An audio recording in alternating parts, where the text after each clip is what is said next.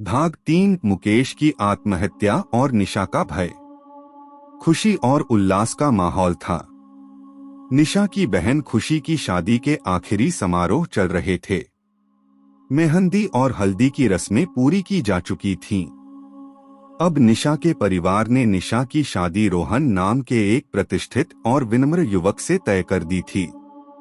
रोहन की सादगी और ईमानदारी ने निशा के माता पिता को बहुत प्रभावित किया था।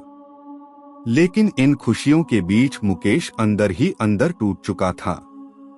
वह हर दिन हर रात निशा के बारे में सोचता रहता। उसकी दीवानगी अब जुनून में बदल चुकी थी। जब उसे पता चला कि निशा की शादी तय हो गई है तो वह पूरी तरह से बेकाबू हो गया। उसे यह बात किसी भी हालत में मंजूर नहीं थी कि निशा किसी और की हो। शादी की तैयारियां जोरों पर थीं। उस दिन निशा ने अपनी बहन के मेहंदी की रस्म में भाग लिया। उसकी हथेलियां मेहंदी से सजी थीं और उसके चेहरे पर एक हल्की मुस्कान थी। लेकिन इस मुस्कान के पीछे एक अनजाना डर छिपा हुआ था। उसे मुकेश की खामोशी खतरनाक लग रही थी। इधर मुकेश अपने कमरे में अकेला बैठा था। उसकी आंखें लाल थीं, जैसे वह कई रातों से सोया न हो।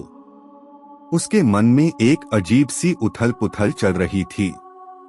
उसने निशा की तस्वीर देखी और धीरे धीरे बोला, निशा, अगर तुम मेरी नहीं हो सकती तो मैं तुम्हें किसी और का भी नहीं होने दूंगा।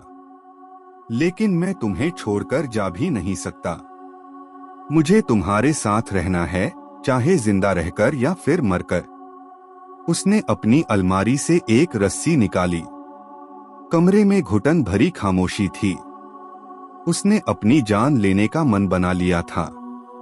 मुकेश ने आखिरी बार निशा की तस्वीर को देखा और कहा, मैं तुम्हारे साथ जो जीते जी नहीं कर सका वह मरने के बाद करूंगा। तुम मेरी हो और हमेशा मेरी ही रहोगी। कुछ ही देर में मुकेश ने छत के पंखे से रस्सी बांधी और आत्महत्या कर ली। उसकी आत्मा ने शरीर को छोड़ दिया, लेकिन वह इस दुनिया से विदा नहीं हुई।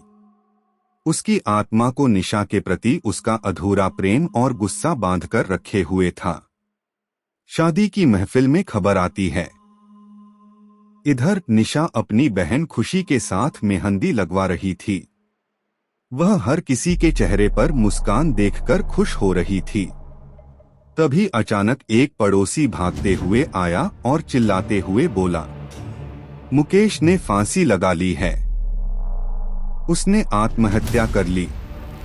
यह सुनकर पूरा घर सन्न रह गया। खुशी के चेहरे से खुशी गायब हो गई। निशा के माता पिता सदमे में आ गए। शादी की रौनक पल भर में मातम में बदल गई। निशा को भी यह सुनकर गहरा धक्का लगा। उसकी आंखों के सामने मुकेश का चेहरा घूम गया। यह क्या हो गया, निशा ने खुद से कहा। लेकिन समय किसी का इंतजार नहीं करता। मुकेश के घर में मातम छाया था, वहीं दूसरी ओर खुशी की शादी को रोकना संभव नहीं था। निशा की बहन की शादी जैसे तैसे पूरी हुई, लेकिन हर किसी के मन में मुकेश की मौत का डर और गुस्सा था। निशा की शादी और एक डरावनी छाया। मुकेश की मौत के कुछ दिनों बाद निशा की शादी रोहन के साथ हो गई। शादी के बाद की रस्में खत्म होने पर निशा और रोहन को उनके कमरे में अकेला छोड़ दिया गया। यह उनकी सुहागरात थी। निशा ने लाल जोड़े में खुद को दुल्हन के रूप में सजा रखा था। वह रोहन का इंतजार कर रही थी, लेकिन हवा में अजीब सी खामोशी थी। अचानक कमरे की खिड़की तेज हवा के साथ खुल गई। कांच की खिड़कियां जोर से बस उठीं। निशा डर गई। उसने खिड़की बंद करने की कोशिश की, लेकिन तभी कमरे की बत्तियां बुझ गईं। पूरा कमरा अंधेरे में डूब गया। निशा ने सुना कि कोई धीमी आवाज में उसका नाम ले रहा है, निशा, मैं आ गया हूं। तुमने मुझे भुला दिया। यह आवाज सुनते ही निशा का शरीर ठंडा पड़ गया। उसने धीरे धीरे पलटकर देखा। उसके सामने कोई और नहीं बल्कि मुकेश की आत्मा खड़ी थी। उसकी आंखें खून की तरह लाल थीं। उसके गले पर फांसी का निशान साफ दिख रहा था। तुम मेरी हो, निशा।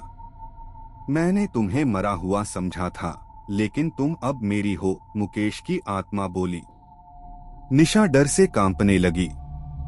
उसने रोहन को पुकारने की कोशिश की, लेकिन उसकी आवाज जैसे गले में अटक गई हो। आगे की कहानी के लिए बने रहे द फियर फाइल्स।